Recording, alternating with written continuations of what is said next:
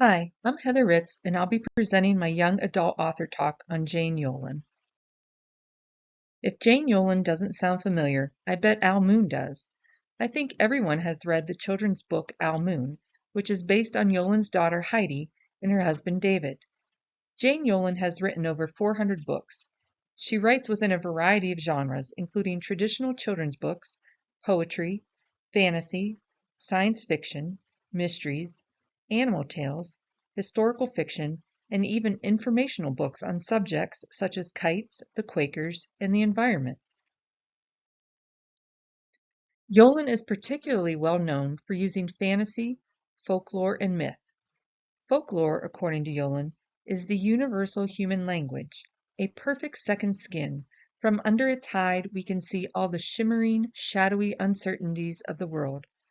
I believe kids like her books because she includes magic and mystery in her stories, even in her historical fiction novels, which is the genre I chose to highlight on my poster. Three of her most well-known young adult novels are Devil's Arithmetic, Mapping the Bones, and Briar Rose.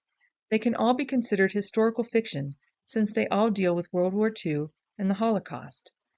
Yolen uses fairy tale retellings and a bit of fantasy to transport young readers back to one of the most horrific events in history.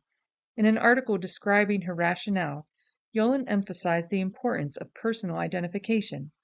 Yolen says, "Thrust a young reader back into the heart and mind of someone his or her own age.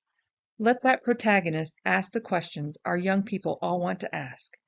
The answers they get from the folk in the story will astound them, shake them into new awarenesses, really let them remember and be part of history." I decided to include as my fourth book a collaboration she did with Patrick Lewis.